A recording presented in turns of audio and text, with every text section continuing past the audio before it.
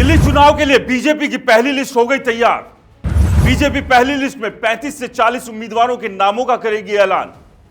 कई दिग्गज नेताओं का बीजेपी काटेगी टिकट। आपको चुनौती देने के लिए बड़े चेहरों पर खेलेगी दांव।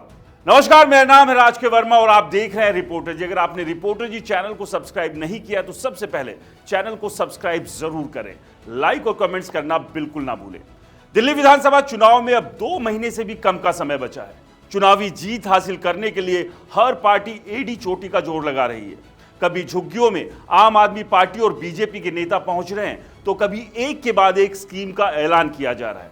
वहीं आपने प्रचार के साथ उम्मीदवारों की पहली लिस्ट जारी कर चुनावी तैयारी के मामले में कांग्रेस और बीजेपी को पीछे छोड़ दिया है। माना जा रहा है कि बीजेपी भी दिसंबर महीने की शुरुआत में उम्मीदवारों की लिस्ट जारी कर सकती है।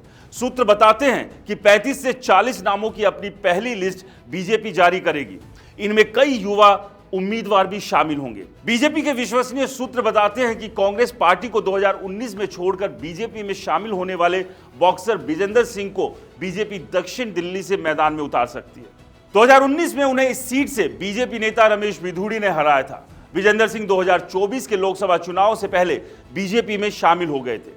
विजेंदर सिंह ने हाल ही में अपने सोशल मीडिया एक्स अकाउंट पर बीजेपी के राष्ट्रीय महासचिव विनोद तावड़े के साथ एक फोटो डाली थी, जिसके बाद उनकी चुनाव लड़ने की चर्चाएं तेज हो गई है।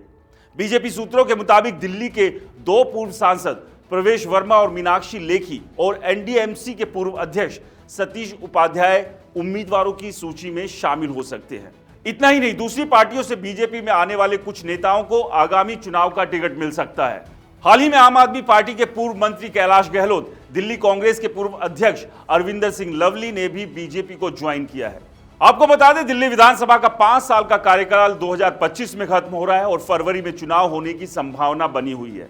आम आदमी पार्टी ने साल 2020 के विधानसभा चुनाव में 70 में से 62 सीटें जीती थी। वहीं साल 2015 में हुए विधानसभा चुनाव में 70 में से 67 सीटें जीतकर पूरे बहुमत के साथ सत्ता में आई थी। हालांकि करीब 2 महीने से भी कम वक्त में होने वाले विधानसभा चुनाव इस बार आम आदमी पार्टी के लिए आसान नहीं होंगे। बीजेपी ने यमुना की सफाई, शराब नीति घोटाला और केजरीवाल के बंगले से लेकर सड़कों के मुद्दों को आम लोगों तक पहुंचाया और उसे निशाने पर लगातार ले रही है।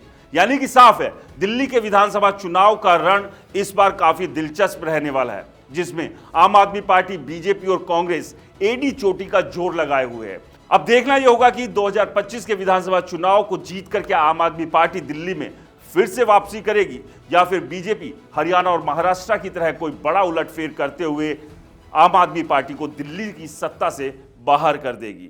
और इस सब के बीच कांग्रेस की स्थिति क्या रहने वाली है, इस पर भी सभी की निगाहें रहेगी। दिल्ली चुनाव को लेकर आपकी क्या राय है, हमें कमेंट्स कर जरूर बताएं। रिपोर्टर जी चैनल को सब्सक्राइब नहीं किया है तो दोस्तों चैनल को सब्सक्राइब करना ना भूलें। नमस्कार।